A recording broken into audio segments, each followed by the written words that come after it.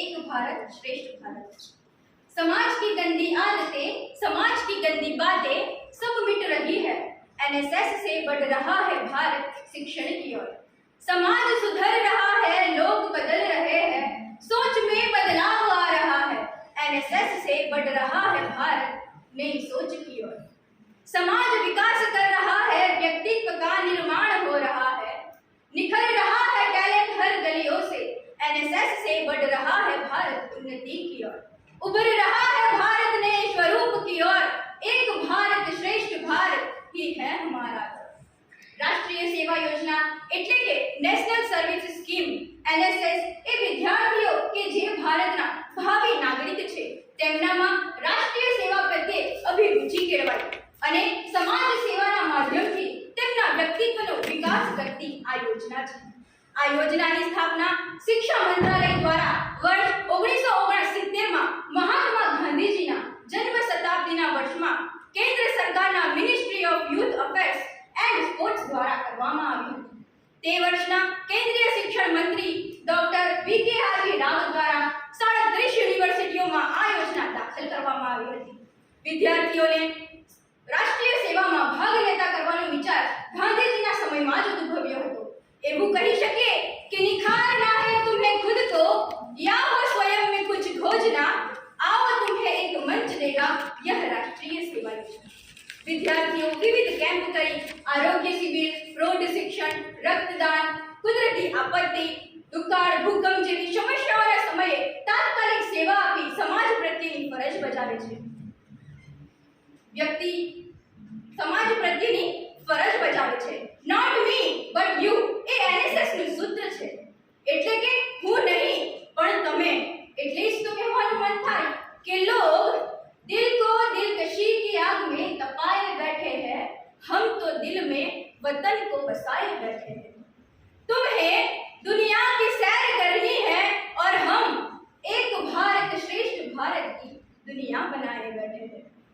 આ યોજનામાં શિક્ષણ, સ્વાસ્થ્ય અને રોજગારના ક્ષેત્રમાં નવી વિચારશીલ યોજનાઓને પ્રોત્સાહન આપવામાં આવે છે। શિક્ષણ એટલે એજ્યુકેશન, પરંતુ આજે ફક્ત રોટલાલક્ષી શિક્ષણ જ આપવામાં આવે છે। જીવનલક્ષી શિક્ષણ મળતું નથી। જીવનલક્ષી શિક્ષણ મળતું નથી। આજની નવી શિક્ષણ નીતિને આગળ વધારવા, તેનો વિકાસ કરવા કોણ પ્રયત્નશીલ બનશે? ત્યારે આપણે કહી શકીએ કે રાષ્ટ્રીય સેવા યોજનામાં જોડાયેલા તમામ લોકો આમાં મદદરૂપ થશે। શિક્ષણ કેવું મળે છે અને કેવું મળવું જોઈએ આ બે વચ્ચેનો તફાવત સમજાવશે। પરંતુ આજના રાષ્ટ્રીય સેવા યોજનાના મૂલ્યો કયા? વ્યક્તિમાં નિયમિતતા, તત્પરતા, જવાબદારી, શિસ્ત, પ્રામાણિકતા જેવા ગુણો હોવા જોઈએ। તે ઉપરાંત શેરી સફાઈ, શૈક્ષણિક જાગૃતિ, પર્યાવરણ જાગૃતિ, ગ્રામ સંપર્ક, વૈજ્ઞાનિક વિચાર પ્રચાર અને ભ્રષ્ટાચારનો વિરોધ આ બધું પણ જરૂરી છે कि समाज बदलेगा, देश बदलेगा, शिक्षण की ओर बढ़ेगा, विकास करेगा। हम सब मिलकर एक होकर निर्घोष करेंगे एक भारत श्रेष्ठ भारत। વ્યક્તિના ચરિત્ર નિર્માણમાં રાષ્ટ્રીય સેવા યોજનાનો મહત્વનો ફાળો રહ્યો છે। શ્રીમદ ભગવદ ગીતામાં કહ્યું છે, ના હમ પશુ ના હમ પક્ષી અહમ મનુષ્ય। હું પશુ પક્ષી નથી, હું મનુષ્ય છું। તો આપણે પણ મનુષ્યની જેમ શીલવાન બનવાનું છે। આપણામાં પ્રેમ, દયાભાવ, દાન વૃત્તિ જેવા અનિવાર્ય ગુણોનો સિંચન કરનાર એટલે રાષ્ટ્રીય સેવા યોજના।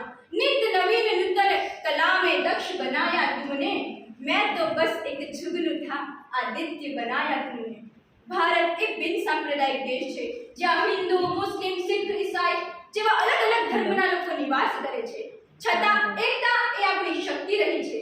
આ જ એકતા દ્વારા આપણા દેશને આઝાદી મળી અને આ જ એકતા દ્વારા આપણા દેશને આગળ વધારીશું। આપણે સૌ મળીને રાષ્ટ્રીય સેવા યોજનામાં સહયોગ આપીએ અને આપણા દેશને સમૃદ્ધ, સન્માનપૂર્ણ અને ભવિષ્યની દિશામાં આગળ વધારીએ। અંતમાં એટલું જ કહેવા માંગુ છું, खुद से पहले याद किया दूसरों को, समाज बनता चला गया। कि खुद से पहले याद किया दूसरों को तो समाज बनता चला गया, समाज सेवक का दर्जा मिल गया। आज के इस पावन अवसर पर आई मैं एनएसएस के संपर्क में स्वयं सेवक बन गई, स्वयं सेवक बन गई। जय हिंद।